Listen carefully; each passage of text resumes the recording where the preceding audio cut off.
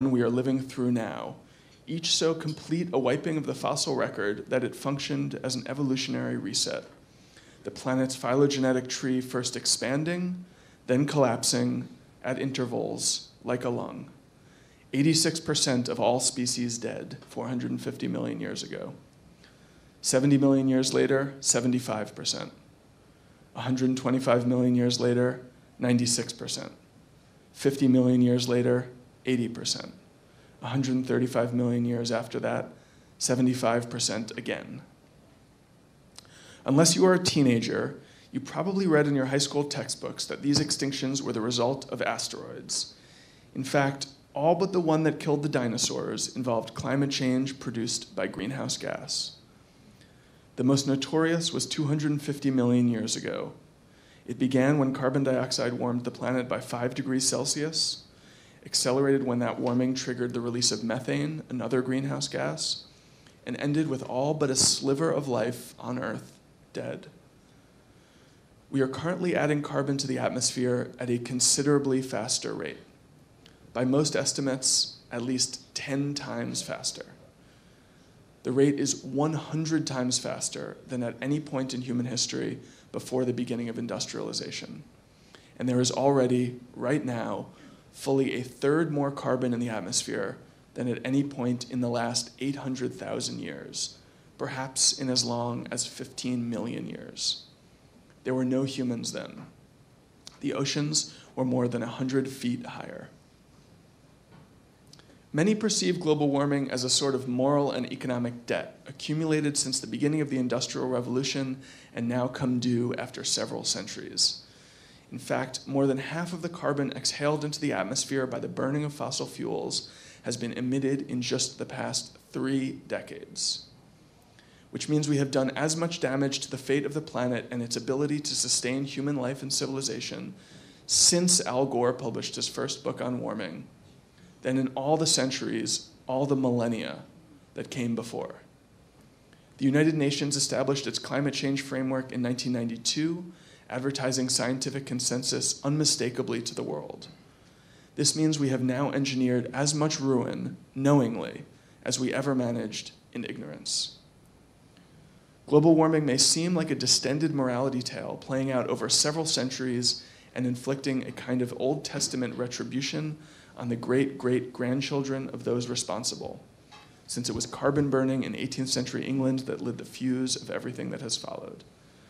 But that is a fable about historical villainy that acquits those of us alive today, and unfairly. The majority of the burning has come since the premiere of Seinfeld. Since the end of World War II, the figure is about 85%. The story of the industrial world's kamikaze mission is the story of a single lifetime. The planet brought from seeming stability to the brink of catastrophe in the years between a baptism or bar mitzvah and a funeral. We all know those lifetimes.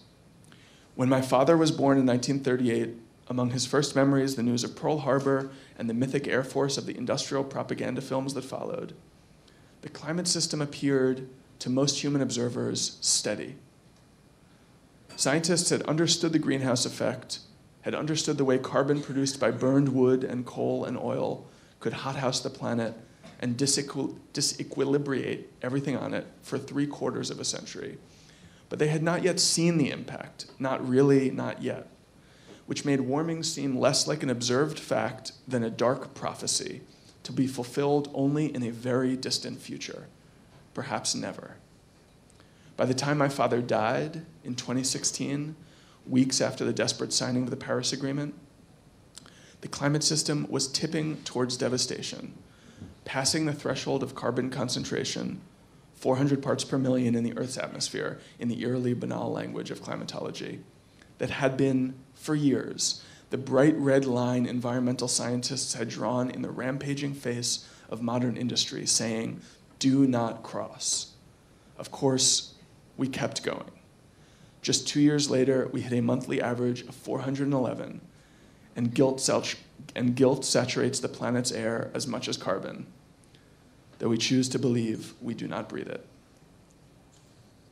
The single lifetime is also the lifetime of my mother, born in 1945 to German Jews fleeing the smokestacks through which their relatives were incinerated, and now enjoying her 73rd year in an American commodity paradise, a paradise supported by the factories of a developing world that has, in the space of a single lifetime too, manufactured its way into the global middle class with all the consumer enticements and fossil fuel privileges that come with that ascent: electricity, private cars, air travel, red meat. She has been smoking for 58 of those years, unfiltered, ordering the cigarettes now by the carton from China. It is also the lifetime of many of the scientists who first raised public alarm about climate change, some of whom, incredibly, remain working. That is how rapidly we have arrived at this promontory. Some of them did research with funding from Exxon in the 70s, a company now the target of a raft of lawsuits that aim to adjudicate responsibility for the rolling emissions regime that today, barring a change of course on fossil fuels, threatens to make parts of the planet more or less unlivable for humans by the end of this century. That is the course we are speeding so blithely along, to more than 4 degrees Celsius by the year 2100.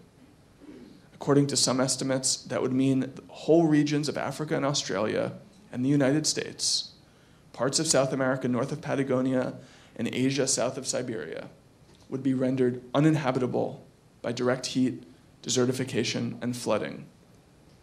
Certainly, it would make them inhospitable, and many more regions besides.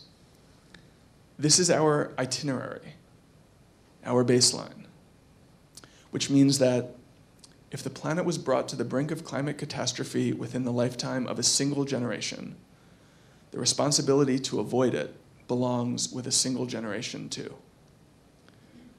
We all also know that second lifetime.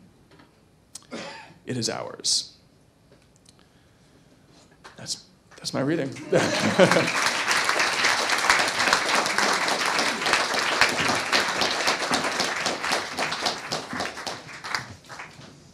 Okay. Yes? Just let people know they can move up their seats. Oh, there are some seats up here. If anyone is tired of standing, there's a couple seats up here too. There's 2 here, 4 here, and a couple back there. People can sit here too. Yep. Come on up. So I want to introduce Margaret Klein-Solomon. She's the founder and director of the Climate Mobilization, a volunteer-powered organization that is working to initiate a World War II-scale mobilization that rapidly transforms our economy to protect humanity and the living world. Margaret earned her PhD in clinical psychology from Adelphi University and also holds a BA in social anthropology from Harvard. Her forthcoming book, Transform Yourself with Climate Truth, will help readers process the emotional, psychological elements of the climate crisis and rise to the challenge of our time. Help me welcome Margaret.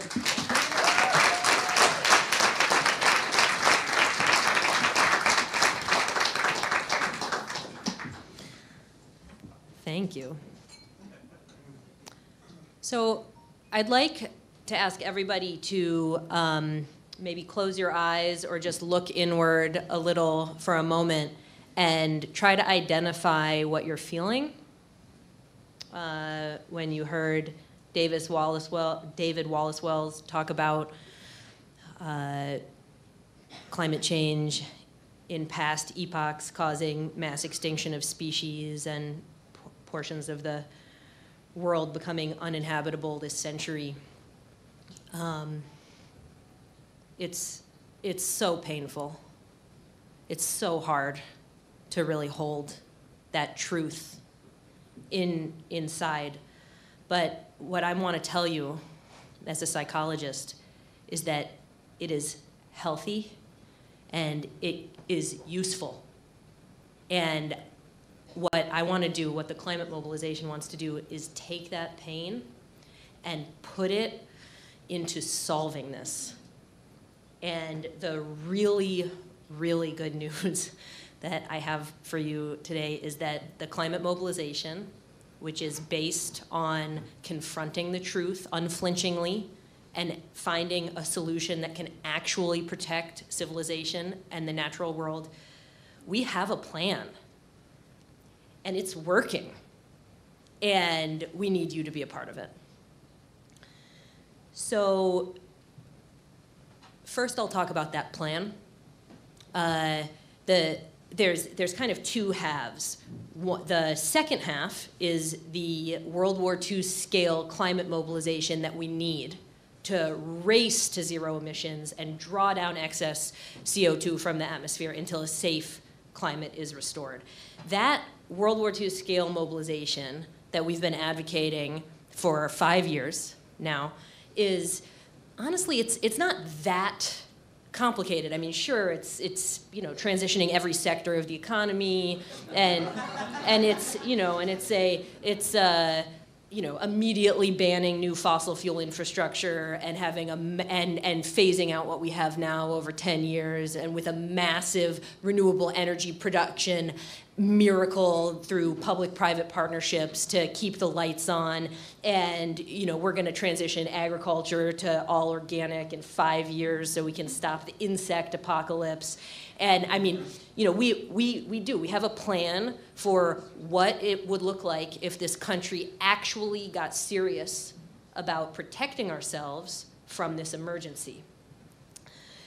But like I said, that's in a way, that's the easier part. And the hard part is what we have to do now, which is to wake up and get into the mentality so that we execute on that plan, right? We need to have the psychological transformation that this country had after the attack on Pearl Harbor, when the dominant political mood shifted from isolationism, right? It's not our war, stay out of it, to no end save victory. Right? All hands on deck, we have to solve this crisis. And when we got into that mentality, when we mobilized as a country, we were able to transform our economy in a matter of years to break through all kinds of production records, arm the allies and ourselves, and win the war. So,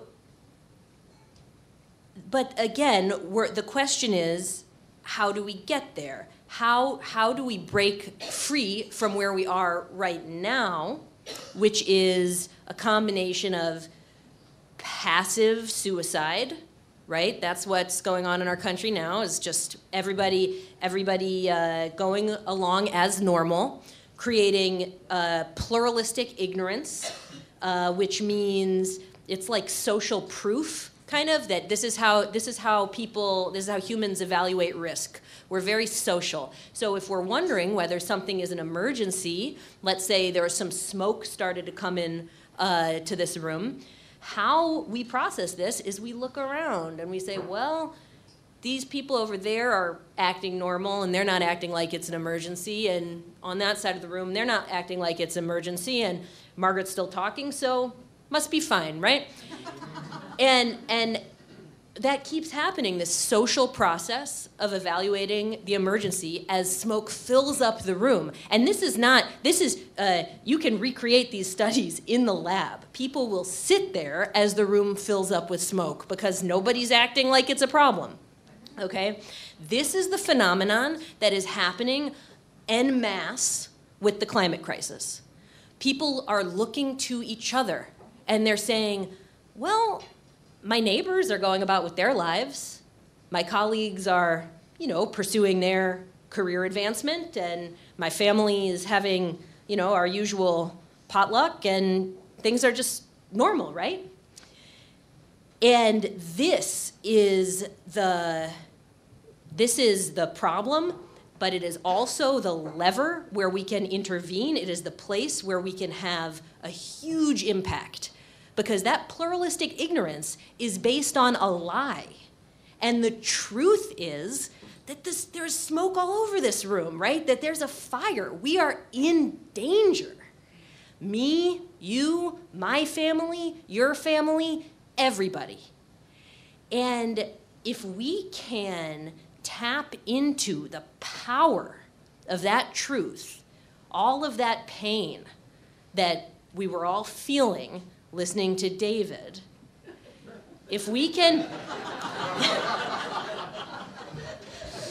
if we can turn that into political momentum, then I believe that in 2020, we can elect not just Democrats, but we can elect 2 houses of Congress and a presidential administration that is committed to emergency climate mobilization now. Yes.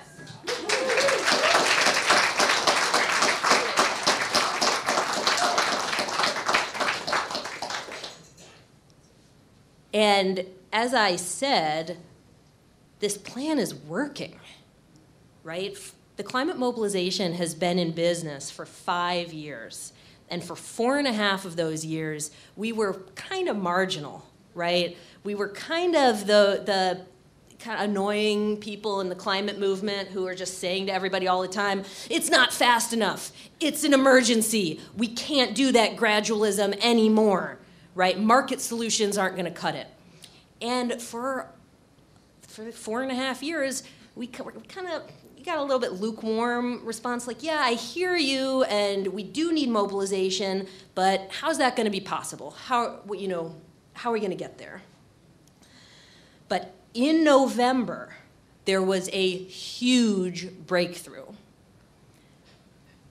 The main, it's a multi-part breakthrough, but Alexandria Ocasio-Cortez introduced the Green New Deal into Congress, which calls for a World War II scale climate mobilization that brings the United States to 0 emissions in 10 years, transitioning every sector. So Alexandria Ocasio-Cortez introduced that into Congress. The Sunrise Movement, who we've got Sarah here representing, used street action and demonstration in Congress to catapult that concept of the Green New Deal to the national stage. And now this concept that, like I said, for 4.5 years, we could barely get environmental organizations on board with, 80 members of the House of Representatives, but we're more than 80 members of the House, and 9 senators have signed on to this Green New Deal. Every major presidential candidate is calling for this Green New Deal, which again is a World War II scale climate mobilization. So, so the Green New Deal, we've got the Green New Deal in Congress, we've got the Sunrise Movement and Extinction Rebellion in the streets. Extinction Rebellion came out of London. They shut down 5 bridges in central London in November, demanding that the government tell the truth, declare a climate emergency, and eliminate emissions by 2025, an even faster timeline than we're calling for, and I say, awesome. That's great. And Extinction Rebellion, after their success in London, has expanded internationally. There is a chapter in New York City. Greg Schwadock from the Climate Mobilization and Extinction Rebellion is one of the coordinators. Greg, can you just raise a hand, say hi? There are also the school strikes, which were mentioned. Greta Thunberg, a 16-year-old from Sweden, has been striking every Friday from her school for months and has now initiated a global movement of students. In Belgium, they had 30,000 school strikers, and their environmental minister resigned. Okay, like these kids are not joking. They are here to protect themselves and their future. And then there's also the climate mobilizations work. We're involved in a lot of these different areas, but one of our major campaigns has been the Climate Emergency Declaration campaign. So Hoboken, New Jersey, right across the river, was one of the first cities in the country to declare a climate emergency, or excuse me, it was the first city in the United States to declare a climate emergency in late 2017. And between then and now, more than 300 cities internationally have declared a climate emergency and commit to rapid decarbonization, often with the timeline of 2030. London declared a climate emergency in December and commit to zero emissions by 2030. And we've got hundreds of cities in Canada and across the United Kingdom and in Australia and in the United States. And we're moving up to higher levels of government. Oh, actually, let me just say another very cool development in this campaign is that we've started seeing multiple instances of nonviolent civil disobedience in protesting city councils that won't declare a climate emergency or have declared a climate emergency but aren't satisfactorily following through. So that is, there's a lot of energy and excitement around that as well. We're bringing that campaign to higher levels of government. As Laura Dawn said, we're involved in a California state-level declaration of climate emergency that comes along with a commitment for $100 billion of spending to rapidly transition California to zero emissions. And then finally, we are working with Congressman Blumenauer to get a declaration of climate emergency into the US House of Representatives. So this is now, with all of these different groups that I mentioned and campaigns that I mentioned, this is a social movement. This is a social movement ecosystem, right? It's not just one organization. It's a whole suite of organizations that are focused on the same mission, and they can be in different parts of that same mission. But this is the climate emergency movement that, as opposed to the gradualist movement that it is supplanting, says we don't have decades to reduce emissions in ways that kind of don't bother anybody and are driven by the market, but rather we need to eliminate emissions as quickly as humanly possible by 2030 at the latest, and we need to restore a safe climate. We need to have all hands on deck, all policy options on the table, strong regulation, huge investment, in order to protect us all, in order to protect the human family and all life. And so this is a huge and wonderful development, and that it's happening, this movement is happening in time for the primaries, right? That we have presidential candidates now competing for who is the strongest on climate. We were nowhere near that 4 years ago. So now that we have this movement that has so much momentum and has the right ideas and is passionate, now we need you. We need to take this from again, exciting and full of momentum, but small, and we need it to be everywhere.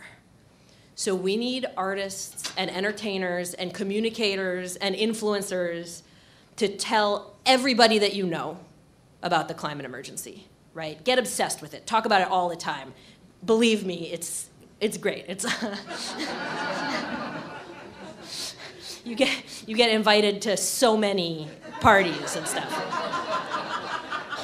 But in all honesty, people appreciate it. It can be a relief to people. Oh my God, you're scared too? I've been thinking nonstop about this, but I don't know who to talk to, right? So when you start telling the truth about the climate crisis and the need for mobilization to other people, you'll hear a lot of, oh my God, I thought I was the only one.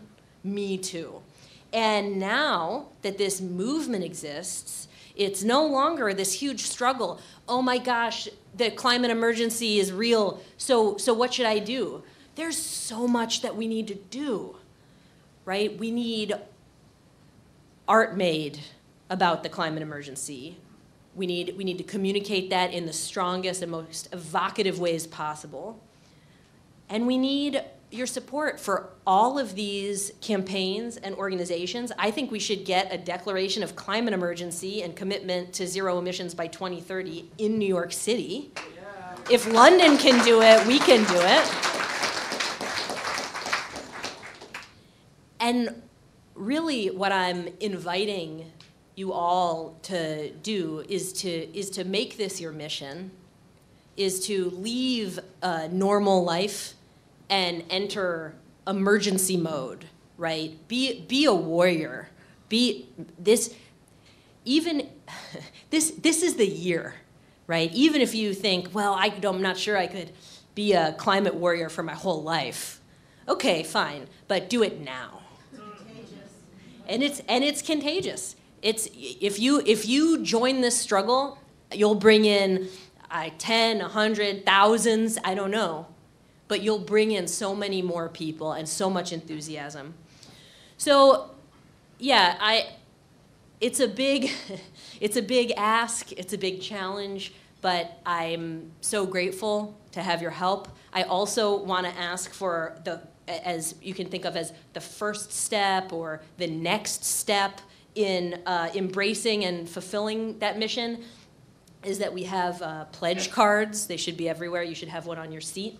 So if you are interested in supporting the work of the Climate Mobilization and our work in telling the truth, spreading the truth, making the truth matter, please go ahead and fill that out. Hand it to me. People will be at the door. Greg, he's got our shirt on.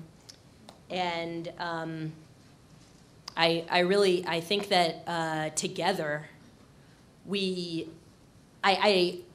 didn't used to feel this way after Trump's election and before Alexandria Ocasio-Cortez's election. That was kind of like a dark time where I thought, how could we possibly rise to this challenge? But now that there's this climate emergency movement that's really taking off, I know that we can. And I look forward to protecting humanity and the natural world with all of you.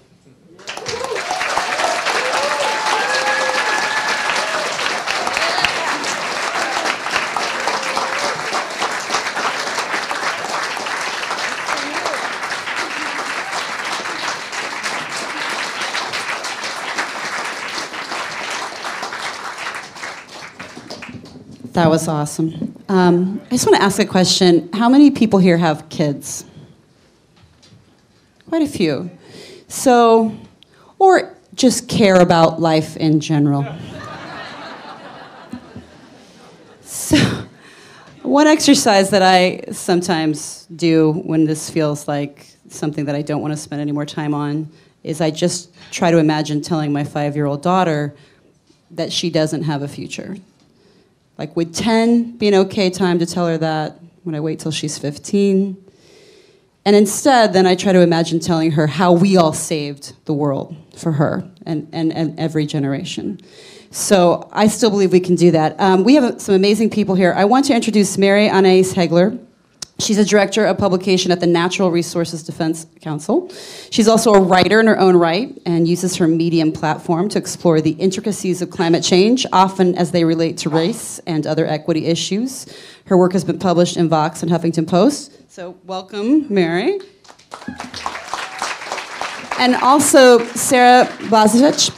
Sarah has been organizing since she was in high school. We have a legit young person here, where she was first introduced to environmental justice work in post-Hurricane Katrina in New Orleans. Sarah was part of one of the country's first fossil fuel divestment campaigns and trained dozens of divestment campaigns across the U.S. and globally. In 2016, she launched the planning process that led to her co-founding Sunrise a year later. She serves as the managing director of Sunrise and fights every day for her family and her roots in Croatia and here in New York. Please help us welcome Sarah. So, one of the things that we learned in Los Angeles was that people really wanted to talk to all these amazing people. And there's a lot of people that know a lot in the audience as well. So I'm going to start by just asking a couple of questions. And Tiana has a microphone out there. So I'm going to ask a couple questions to get us started. And then we want to kick it to you. We also have some questions bubbling up from the interwebs. Sarah, you are one of the architects of the Green New Deal. Can you talk to us about why young people are leading this movement and why the Green New Deal can work? Yeah, thank you so much. Well, I'll start by just sharing a little bit.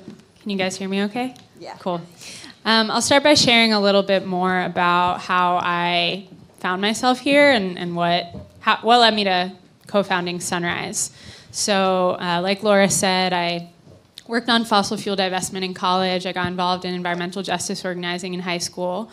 And when I was, but the whole time I really felt, kind of like what David shared in his book excerpt, like the climate crisis is kind of far away. I know that it's bad. I know that we have to do something about it, but it's not really affecting me that deeply right now. I'm in the privileged few who don't really need to worry about it for a little bit. And when I was 20 years old, I was sitting in my dorm room at college during finals week, scrolling through Facebook, as you do, and I remember this video popped up in my news feed from one of my cousins in Croatia, which is where my whole extended family lives. And I clicked on it, and at first I didn't know what I was looking at. It looked like a muddy brown sea. It was a YouTube video. And as the video went on, I realized that there were pieces of debris floating in the sea. And I realized it was cell phone footage being shot out of a helicopter. And the helicopter was dropping lower and lower. And as it dropped lower, I realized that the debris was actually rooftops. And that what I was seeing was a village that was being washed away by floodwaters that had risen up to people's roofs. And that on those rooftops, there were people standing with their pigs, with their blankets, with all of their belongings, waving at the helicopter and calling for help. And that was how I learned that that the Balkans, the part of the world where my family's from, had been hit by what meteorologists called a 1,000-year storm. And I watched over a couple days as the storm developed, and watched and hoped and prayed that it wouldn't come to the tiny village of 85 people on the banks of the River Dobra that my grandmother's family is from, and where they still live, and where I spent every summer of my childhood. And in the end, my family was safe, and the storm didn't hit us, but hundreds of thousands of other people's families were not safe. Hundreds of thousands of families like my own lost their homes, lost their lives and their livelihoods. And that was a huge turning point for me, where I realized, I could just close my computer and walk away and kind of forget that this is happening in so many parts of the world. Or I could really choose to devote myself to fighting this crisis that is being caused by a small handful of rich men, many of whom live right here in the United States, and is hurting the poorest the hardest. So that was why I decided to co-found Sunrise, and why I decided, to be an organizer instead of being a poet or an English teacher or any of the other things that I thought I would be, because I didn't really feel like I had a choice. And I realized that it was my family whose lives were on the line as well. So part of why young people started this fight for a Green New Deal is because every day, more and more and more young people in this country and all around the world have stories like the one I just shared. Every day in Sunrise, I meet more people who have a friend or a neighbor or a family member or a teacher or a schoolmate who lost somebody in the fires in California, whose home was flooded during a hurricane in the southeast, whose livelihoods are being affected by droughts and crop failures here and around the world. And I have spent my whole life, and my whole generation has spent our whole lives,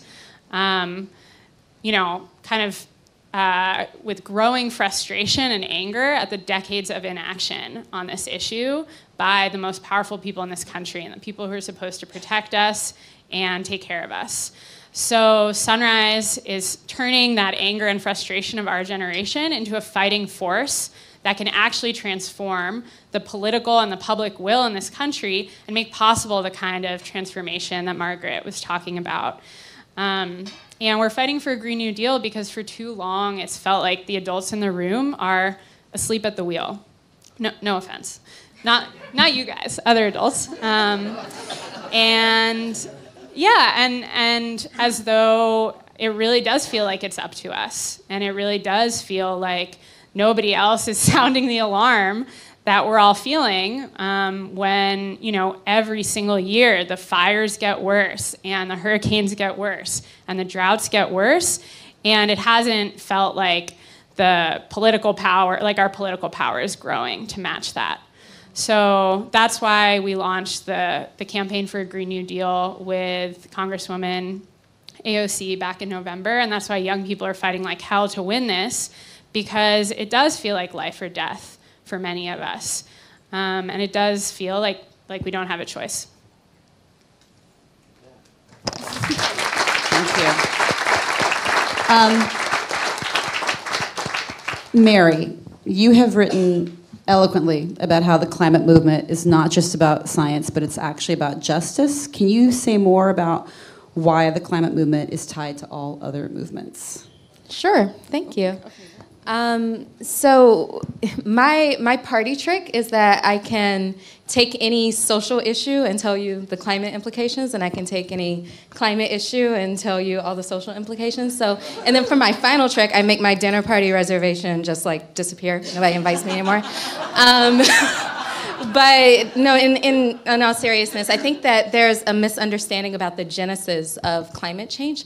David's absolutely right that most of the emissions that have caused where we are today happened very, very recently. But I believe that the root cause actually goes way, way, way further back. I think we understand it largely to be, it started with the Industrial Revolution. I don't think that's true. I think it started with conquest and colonialism and slavery. And we know for a fact that the genocide of Native Americans literally changed the climate. We know that in order to have the Middle Passage, in order to have colonialism, you had to have ships. And in order to have those ships, you had to cut down trees. And that releases massive amounts of carbon. And I think that's the moment where the relationship with the Earth largely changed. And we also need to be clear about who that relationship changed for.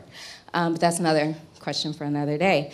And we also know that the Industrial Revolution was financed with money that was literally drenched in the blood of all of those other atrocities. So when you understand that, it's impossible not to see climate change as just another head of the same dragon. And I think it's really important for us to understand that so that we understand our enemy and understand that the system that we're up against will stop at literally nothing to preserve itself, that it will bomb little girls in a Sunday school in Birmingham, Alabama. It will cut off limbs in the Congo. It will tell you that Nelson Mandela and Gandhi and Martin Luther King were all terrorists. And we're seeing a lot of those tactics today with the way that climate activists are treated.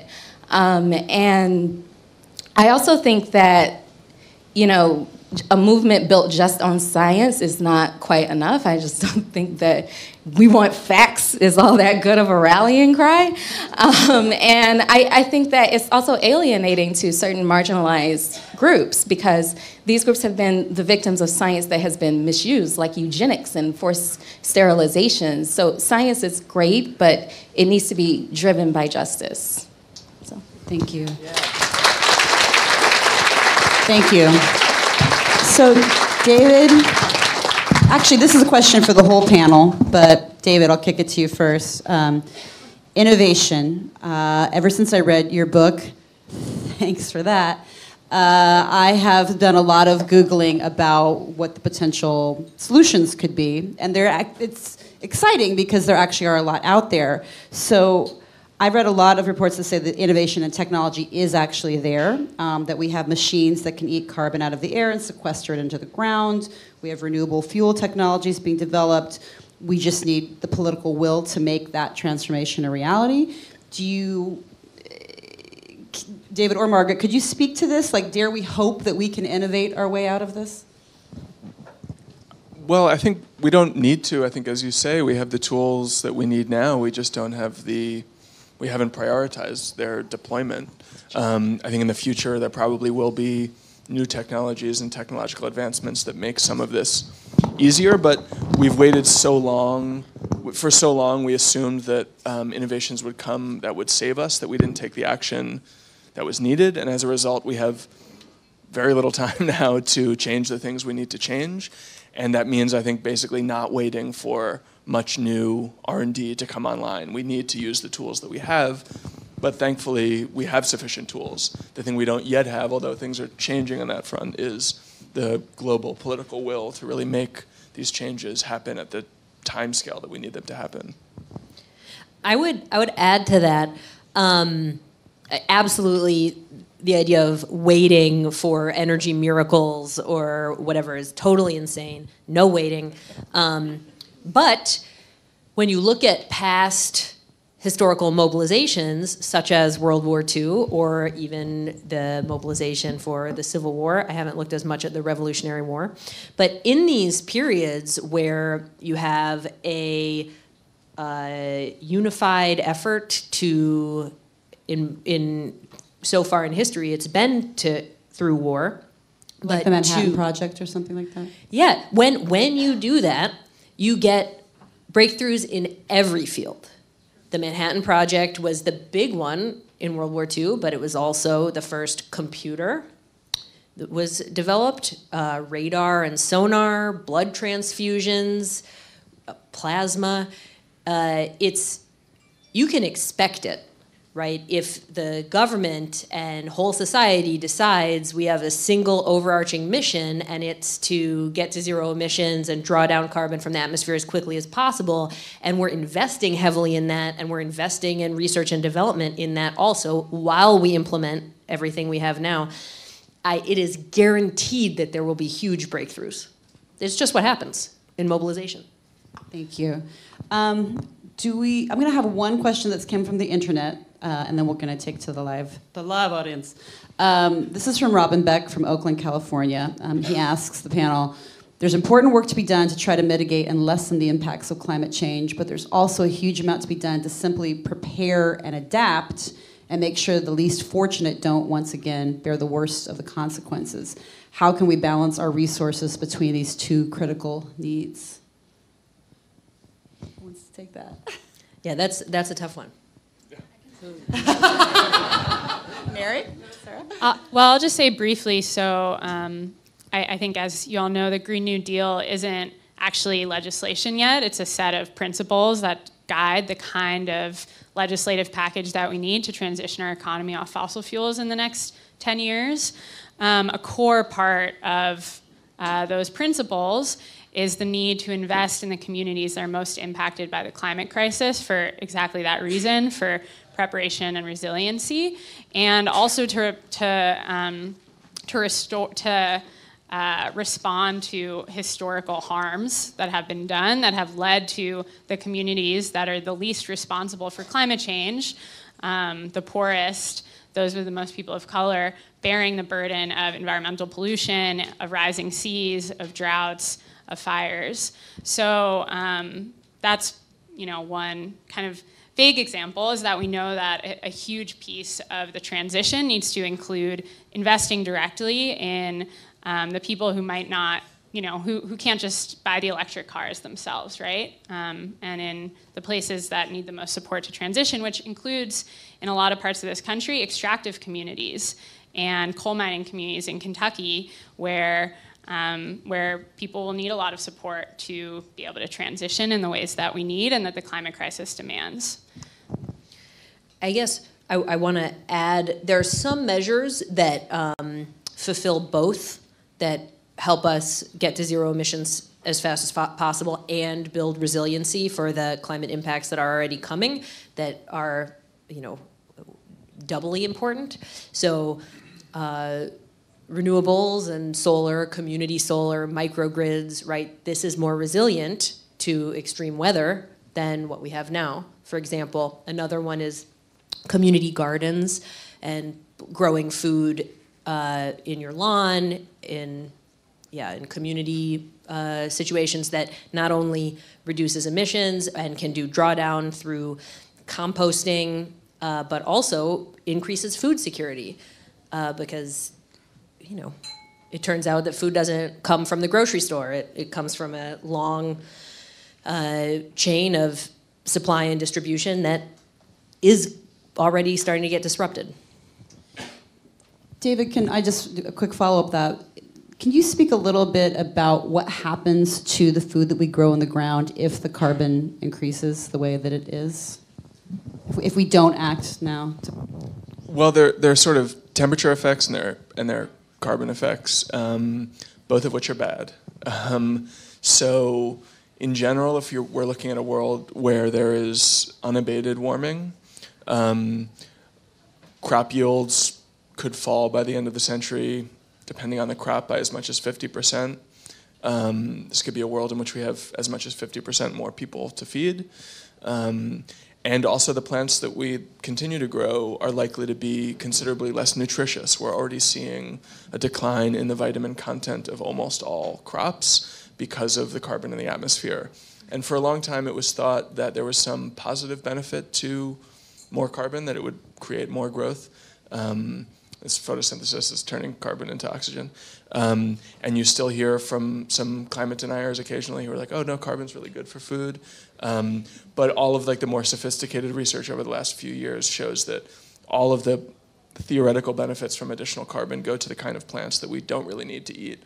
And the ones that we like to eat don't benefit from carbon at all. In fact, the opposite. So yeah, it's a difficult So the road plants ahead. that we grow will turn into empty carbohydrates if the carbon increases. Is that a correct statement? I would say that's a kind of hyperbolic way of stating it, but it's basically true. I'd like to go right for the crisis point. All of the nutritional stuff that we get out of crops, aside from pure calories, is diminishing as there's more carbon in the atmosphere. So it becomes just a pure calorie load rather than something that can give you all these other benefits. Not really a lot to add, but we also should be concerned about the loss of insects and bees, and then we lose all of our pollinators. And yeah, so just wanted to add that cheerful note. Can you say more about what that means and how that? Because you might think loss of insects. I hate bugs. That sounds great. So I don't like getting stung by bees. But I do like eating food, and you need them to pollinate the plants so that you can eat them. Same with butterflies, and they're on the decline. All of insects are on the decline. The mosquitoes are doing great. So yeah, we need to figure this out. Yeah. And that can you say more about that? Because that means that they can spread dengue fever. Yes, with hotter temperatures, more damp conditions, they're able to breed more often. Their mosquito breeding seasons are much longer. They're able to exist in places that they weren't able to exist before. They're able to carry more diseases. Yeah, so we need more bees, fewer mosquitoes. And just to touch on that a little bit, I think it's one thing that people who are even just a little engaged on climate often don't understand, that tiny ticks upward in temperature can have huge impacts on, say, where mosquitoes are in the world. We think that these temperature changes are relatively small, but they completely redraw the public health map. Even just a half a degree of warming makes where you could get malaria, it's a whole different story. And that's true basically wherever you look, any kind of climate impact you look at. You think, oh, what could 1 degree do? But it's a huge impact. And every tiny tick upward makes things worse, even if it's 1/10 of a degree, even if it's 100th of a degree. Everywhere you look, it will get worse. So do we have anybody? Josh. Hi, thank you so much for everything By the way, you're Josh doing. is an amazing filmmaker who has made amazing films on this very subject. So thanks for being here tonight. Thank you. My question is actually about the media, right? We see so much of our activism targeting the government, which it needs to. And I think what the Sunrise Movement is doing is absolutely unbelievable. And watching that mostly on social media, right? And David, your book making huge waves.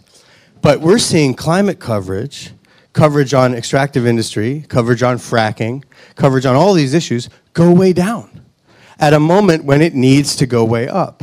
How can we help target the media as well? How do we have a sit-in at CNN, at MSNBC, at HBO, at all of the? How can we start that movement as well? Because when you're trying to build awareness, I think you absolutely have to do that. Is that a part of the agenda? What's the media strategy? How can we help? So thanks so much for coming, Josh. absolutely love your films, and it's a terrific example of artists engaging with this crisis in an honest and real way. I wonder if we could just pass the mic back to Genevieve, one person behind you, to answer this question. Sorry to put you on the spot. Sure. Hi, I'm Genevieve Gunther, and I am an English professor and a climate activist. Okay, I don't speak into microphones very often.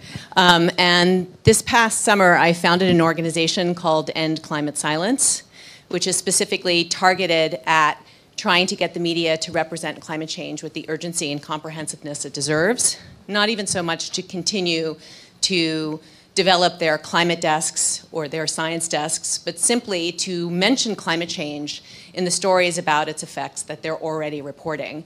And I would love to partner with anybody here who can help me target people who would be amenable to direct action and pressure.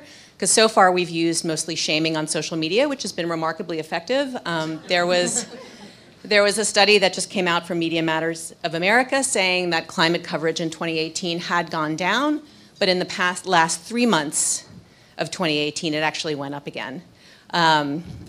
So I'm hoping that continued public shaming, but also reaching out a hand to help reporters who aren't necessarily trained as science journalists to bring climate into their stories in a sort of concise and clear way that won't leave them open to pressure from climate deniers.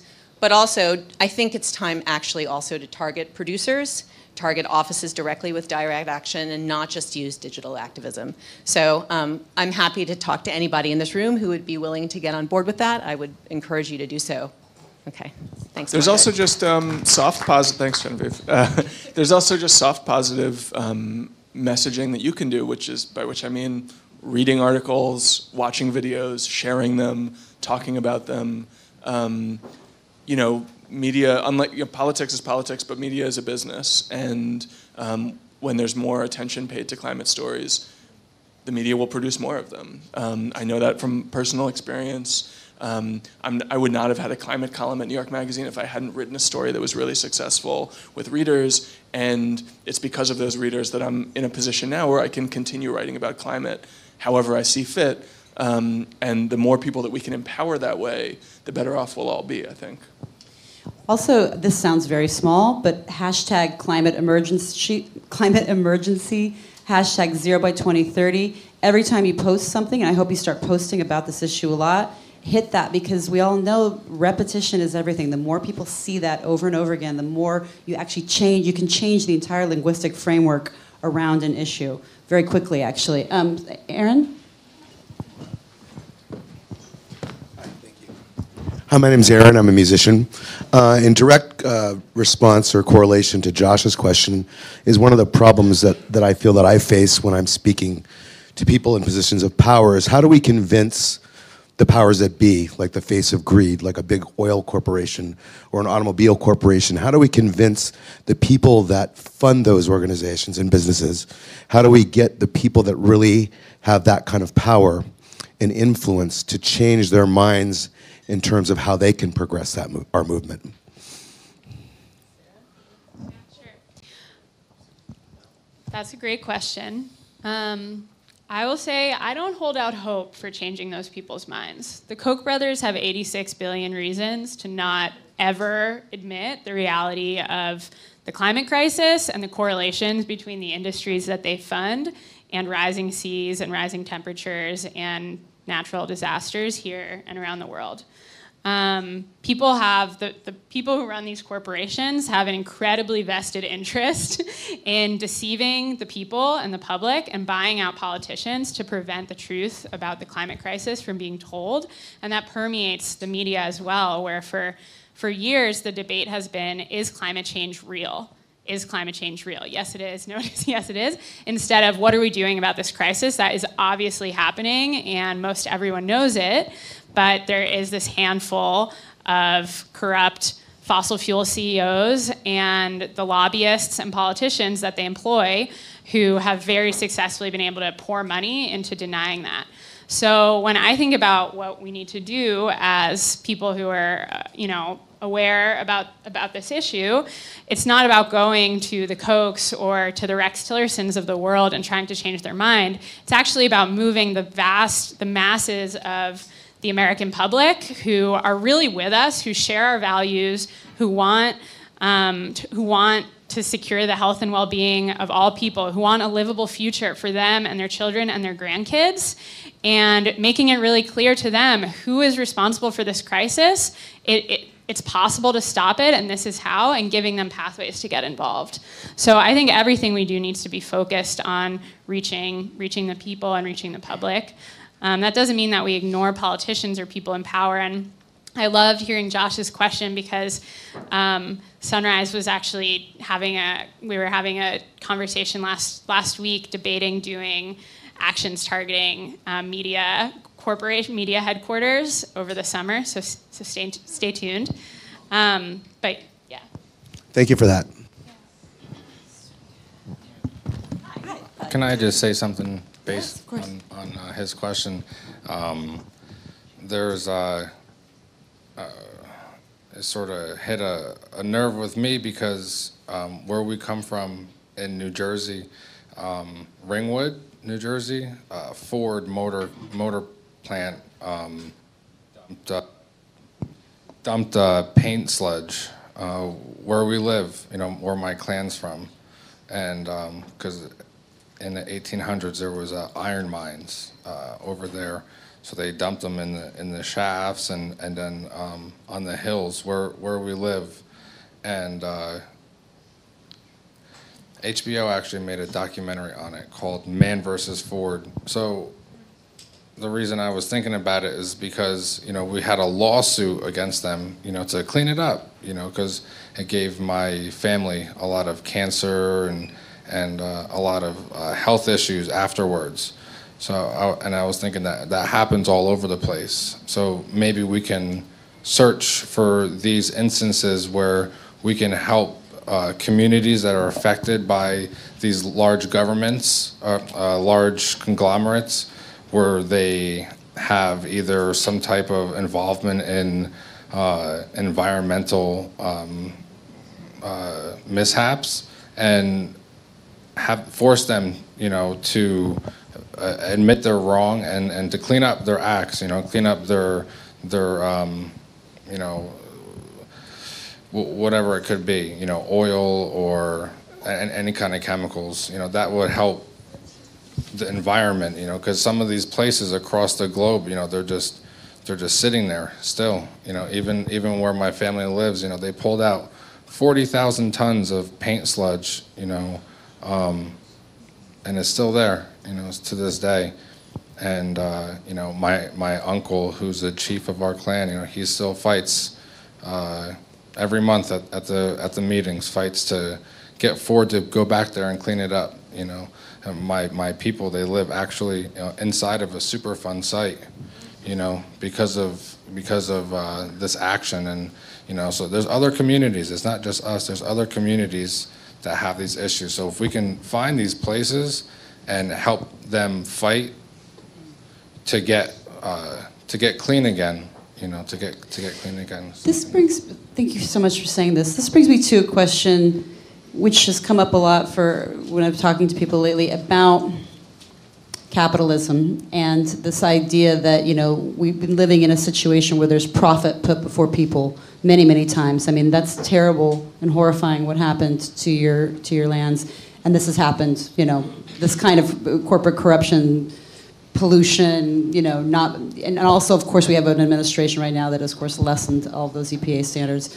So since this is happening so much, is it possible because I don't think it is, spoiler alert, is it possible for us to evolve to a green economy without addressing this kind of unfettered capitalism? Mary. Nice try. So yeah, I think that mobilization is the answer to that question, because mobilization is in itself a transformation of capitalism, particularly, and the whole economy, particularly from where we are now, which is like peak neoliberalism. The government can't do anything. Only business could ever, succeed at any project. That's kind of the mentality now. And if we shift that so we just need to get taxes as low as possible, whatever. But if we shift that to the idea that the government, business, labor, community groups are going to be working together towards a common purpose, that already is a huge transformation of capitalism. Amy, you got something to say on this point? I certainly do. We'll go there. Yes, all right. On this very subject, my name is Amy Larkin, and I wrote the book Environmental Debt, The Hidden Costs of a Changing Global Economy. I've been a climate activist forever. I know a lot of you. I think that there's a few things that haven't been mentioned here, which will really get you never invited to a dinner party ever, ever again. And that is, obviously, I am on side completely, and the collateral economic damage to the global economy, which is almost its own living villainous system, will be real. So let's, like a simple thing, let's get rid of bottled water, except in Flint, Michigan, and a few other places. Because it's a horrible thing, and it has no purpose whatsoever. It is just bad A to Z. Well, that might be good, and when that happens, or that would be good, but when that happens, huge amounts of loss for normal Joe Schmo who has stock in Danone, Nestle, Coca-Cola, Pepsi-Cola, etc. This is what our side doesn't talk about, and I think to go to your question, Laura, I think it was your question, Laura, the issue of profit. One of the things that I work on a lot in my life is trying to redefine profit. And until we do that, we will never change the underlying economic circumstances that support the climate crisis. And I think we have to do that alongside this mobilization. And that is another piece of the truth that we do not tell. And so never will I be invited to anybody's house ever, but there you go. We can all just have dinner with each other. We do! As a matter of fact, we do. Oh, okay, sorry, yes. Hi. Hi there. My name's Erin, and I am, I hope, a personally, environmentally responsible person. I've been a vegan for quite a while, and I have my own straw, and I use my coffee cup and all that. But I still feel like fairly impotent, and I want it to look to more direct actions, like what we can do. And I feel like part of the reason I became a vegan was because I wanted to opt out with my dollars. I was like, I don't like factory farming. I'm not going to pay for it. This is what I'm doing. Can we implement any sort of consumer boycotts? Like I know the NRDC is doing something with Charmin right now because they clear-cut forest. Are those a powerful thing, or are they just too small? They can absolutely be powerful. I think that I think there's a debate within the environmental movement of do we do individual action or do we do collective action? I think the answer is pretty clear to me, we do both. But I think a lot of the problem comes about when we conflate individual action with individual blame and individual shame. And I think that can be crippling, and you start to feel very impotent, and you start to feel like you just can't do anything. And I think that the blame for this lays solely at the feet of the fossil fuel industry. That's who needs to be held accountable. And I think that another individual action that we can all take is to keep that conversation going, to remind ourselves that climate change is not something that's happening to us, it's something that someone is doing to us. And that is when we can mobilize our personal actions into much bigger actions, like consumer boycotts, like voting, like calling our senators, like holding the fossil fuel economy accountable. Can you tell us your name again? Mine? Mary. Your whole name, please? Mary Anais Hegler. Sorry. I'm the only one that exists. I've Googled. Yes. And Kanine? Yes. Good evening, everyone. I'm so thrilled that we're all here today. I was on the host committee, so give yourselves a little round of applause, please. We love it. So I had a few questions and comments. I'll keep it brief. Thank you all for elucidating even further the grotesque and also the beauty. The beauty that we, if we mobilize, can actually overcome the ugly. That would be the beauty in this ugly story, correct? Yes. So I had a few I had notes here too. I'm so proud of myself. So I was thinking about, one, leveraging stakeholders for collective action, right? So let's say, for example, right now it is bubbling, in terms of colleges and divestment, right? I went to a conference at the Hilton the other day. The entire Hilton in Midtown has Nestle water. Nestle is directly tied to the reason why lead is in the water in Flint. So here is this amazing conference for activists and artists sponsored by, a huge college organization, and that's where they choose to do it, and they probably don't know. So there's a lot of what we don't know. But if we can start to say on like a writer or just like any type of collective platform, if I'm gonna book this venue, if I'm gonna get on this plane, if I'm gonna have this speaker, they need to not have this, and they need to have this and have that. Then we would leverage every single stakeholder in what seem to be siloed individual organizations to collective action. Now we can brainstorm what those things are. I would say, one, on the one hand, yes, bottled water is disgusting, but also single-use plastic is also disgusting. I will go to an event at Google and not now, but they used to have single-use plastic. So it's like, if you look at these huge capitalistic organizations that seem to be woke, and then if you look what's in their bathroom, Purell, I'm being honest. Like all types of toxic chemicals, even Whole Foods will have Purell, antibacteria, and I'm like, and then the stuff that they use to clean their bathrooms are not the same things that they're selling to us for us to use in our own bathrooms. So, I do comedy. So, I find it, the height of hypocrisy that these same companies, right, will sit there and tell you one thing, but then when you look, you don't even have to ask, you don't even have to call, you don't even have to do a Freedom of Information Act. You can just go to the bathroom. You can just go into their kitchen, into their cafeteria, and see outright. I look at a lot of nonprofit organizations, and they're like, we're fighting the homeless. We're fighting, for equal education access. And then, again, they're all using, even Roosevelt Institute. I mean, I'm just going to call them out because I'm just thinking. This is not in my notes. But all of them, they're changing the world in this way, but they're not changing the world in that way. The Met, MoMA, these huge multi-million and billion-dollar corporations. It's so simple. They have money to sit there and just use natural soaps. They have money to sit there and change the flushers, right?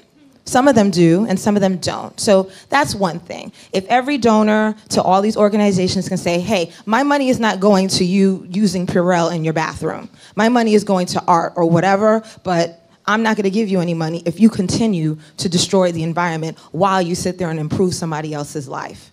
Because it's the height of hypocrisy, and it's easy to do. That would be one thing. Two would be how to leverage corporations, and it's already happening to a certain degree, to use our actual momentum as an incentive.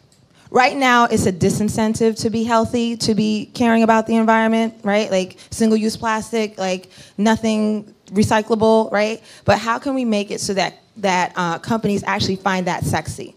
It's starting to happen, right? Some of these corporations, like Unilever to a certain degree, right? But how can they do it collectively along their entire product line, not just Ben & Jerry's? And then the last thing would be this book, which was written by Carl, I don't have his last name right now, but it's called The Earth, the City, and the Hidden Narrative of Race, Discovering New Foundations for the Great Work of Our Time. It was written by a man who's really old now, but he's actually like been studying this for years. And the foreword was by Van Jones, "The Earth, the City, and the Hidden Narrative of Race." And it talks about everything that we've been talking about before and the profit margins which need to shift. Thank you. Thank you. So we only have 5 minutes left.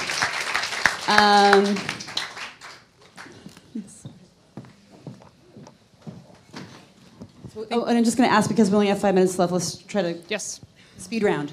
Hi, I've been a campaign strategist for environmental campaigns, but a whole variety of them related to documentary films and digital campaigns. And I just have 2 comments related to capacity building. So first, it's just human nature that people are active on issues when it personally affects them. I mean, it's just, there are people like us who care about a ton of issues, but the vast majority of it, you see high engagements when it really affects them.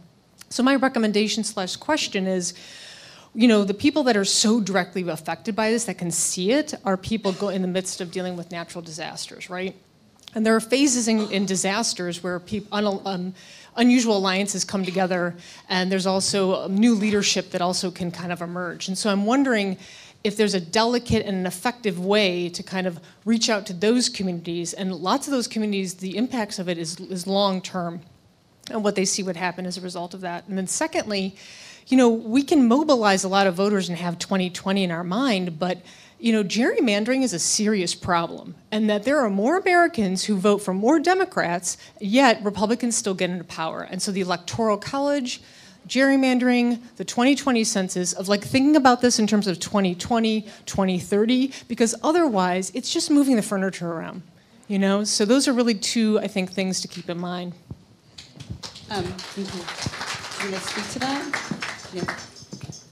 Yeah, well, I'll say lots of members of Sunrise live in communities directly impacted by climate disasters, and we're thinking really hard about that. I mean, you know, there's a very powerful role to be played by somebody who's at the center of the crisis. We saw this with the March for Our Lives movement and everything that happened a year ago, that there's a particular role for you know, I think especially young people who are really directly impacted by the crisis. And even with the media landscape that we have and the, you know, really, really concerted effort to keep the reality and the scale and the scope of the climate crisis out of the media, narratives like that are really powerful can really break through. So definitely thinking deeply about that and about how to elevate people's stories.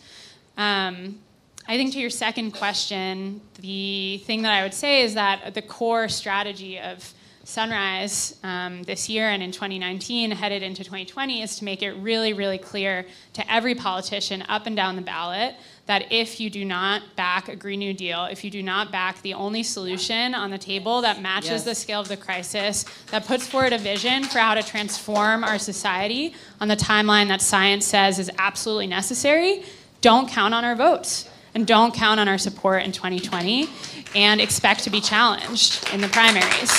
So, yes. Before we take one last question, I just want to leave one thing in your mind. The Climate Mobilization, Sunrise Movement. The Climate Mobilization, Sunrise Movement. Please, and also NRDC, do amazing work. Please don't, if you leave here tonight, first of all, give some money to the Climate Mobilization. They threw this event. And if you donated $15 at the door, bless you. But that card underneath there is asking you to pledge more. And I hope that you do. If you can't give money, give your time and talent, because that's just as valuable. You can follow up with Margaret. You can follow up with me. Everybody here has my email. I know that for sure. So I will connect you to anybody that you want to be connected to. Your time and talent are just as valuable. But if you have money to give, please give it. And you know, don't leave here without committing within your heart to do something. If you can do something more, like direct action, if you're willing to be arrested, if you're willing to get really jiggy with this, talk to this fellow right here, Extinction Rebellion. They are shutting shit down all over the place. And if that is appealing to you, if you're ready to put some skin in the game, that's the man to talk to. I gotta go over here. By the way, thank you to act.tv for broadcasting this tonight. Hi. Just briefly, we are with act.tv and with Art Not War broadcasting. You can see our camera people here and here. And one of the things we do with act.tv is we will come to your street protest. We've been at the Sunrise Street protest. We've been at a number of different street protests. And we will blast it out to upwards. We have 500,000 subscribers, and sometimes the thing goes to 7 million people. So part of your media strategy can be to call literally me, because I'm the New York person, Juliana with 2 N's at act.tv. Now everyone out there knows how to call me. And we will come to your event. And not only that, and I hate to maybe, scan across, but we will help make your event TV appropriate so you can reach as many people out there. We know how to work social media. We know how to work Facebook. And we are basically the live streamers for the political left and any kind of movement that would have any of this going. So just so you know, just to kind of talk back about what a good media strategy is, if you can get CNN to up the game of what they're going to cover, you can go from the grassroots of media, just like Occupy Wall Street did. They got, like people with their live stream cameras, and then suddenly Democracy Now! Was there, and then all of a sudden Michael Moore was there, and then all of a sudden CNN was there, and then everyone was there. So you don't have to necessarily, get CNN right off the bat, as if that's, And also, 5 people on the street, if you have enough signs, and it can make for excellent video camera coverage. So just a plug, like going in the street to these demonstration things makes a huge difference in our current media culture. Thanks. So, unfortunately, the night has to the end. We have 10 minutes. And Okay, so all right, so we have David's book for sale outside, The Uninhabitable Earth, which he read from earlier, but only for the next 10 minutes, all right? So if you want one, just pop out. And I just want to say thank you to you, Laura, and Darren, and everybody at Art Not War and the Climate Mobilization on behalf of ABC. It's been amazing. I'm going to hand it back to you to just say goodnight, and we do need to clear out in the next 15 minutes or so. So make your connections, and then we'll say goodnight. We're good. Thank you for coming. All right. Thank you. Please, if you have a pledge card and you filled it out, Louisa right here is going to be at the door to collect those for you, or you can give them to me.